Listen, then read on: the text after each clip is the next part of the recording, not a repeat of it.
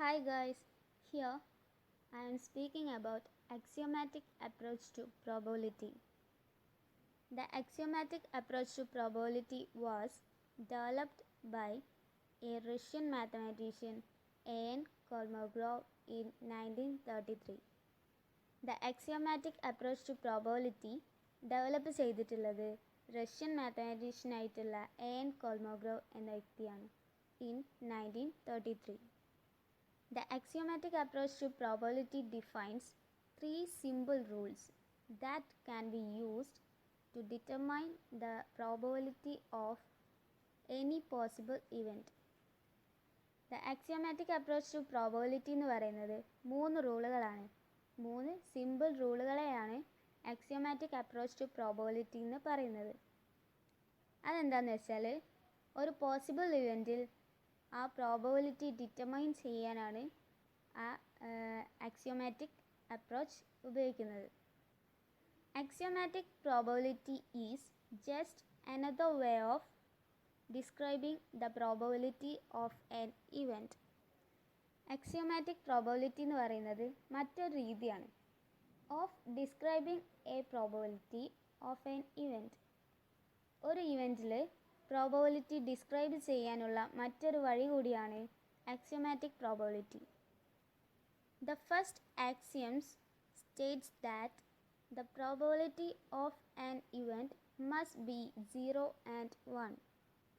അതായത് axiomatic approach to probability മൂന്ന് simple റൂളുകളാണെന്ന് പറഞ്ഞല്ലോ. അതിൽ ഒന്നാമത്തെ റൂളാണ് must be 0 and 1.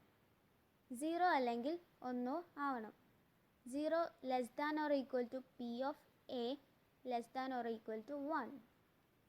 It states that the probability of any event is always a non-negative real number, either 0 and or a positive real number. ഇവിടെ ഉദ്ദേശിച്ചത് നമുക്ക് കിട്ടുന്ന പ്രോബബിലിറ്റി ഇവൻറ്റ് ഈസ് ഓൾവേസ് എപ്പോഴും ഒരു നോൺ നെഗറ്റീവ്, അതായത് ഒരു നെഗറ്റീവ് അല്ലാത്ത real number ആയിരിക്കണം. എയ്തർ 0 അല്ലെങ്കിൽ 0 ആവണം, or a positive real number, ഒരു പോസിറ്റീവ് റിയൽ നമ്പർ ആയിരിക്കണം. ഇതാണ് first rule. Second axioms of probability. Second case it states that all the events, ഇത് എല്ലാ ഇവൻറ്റ്സിനെയും സ്റ്റേറ്റ് ചെയ്തിട്ടുള്ളതാണ്. The probability of the entire sample space is 1. അതായത് അതിലെ entire sample space probability എന്ന് പറയുന്നത് 1 ആയിരിക്കും. P of S is equal to 1.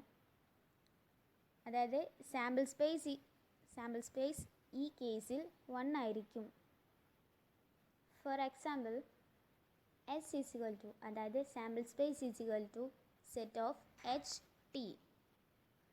P of H is equal to 1/2, P of T is equal to 1/2, P of S is equal to P of H plus P of T is equal to 1/2 plus 1/2 is equal to 2/2 is equal to 1. So that the second കേസിൽ sample space 1 ആയിരിക്കണം. ഇനി മൂന്നാമത്തെ axioms of probability ആണ് പറയുന്നത്. The third axioms of probability. If A and B are mutually exclusive events, അതായത് എയും ബിയും mutually exclusive events ആണെങ്കിൽ ദാറ്റ് മീൻസ് രണ്ട് സാമ്പിൾ സ്പേസിലും സെയിം എലമെൻറ്റുകൾ വരില്ല. That means P of A union B is equal to P of A plus P of B. Here U stands for union.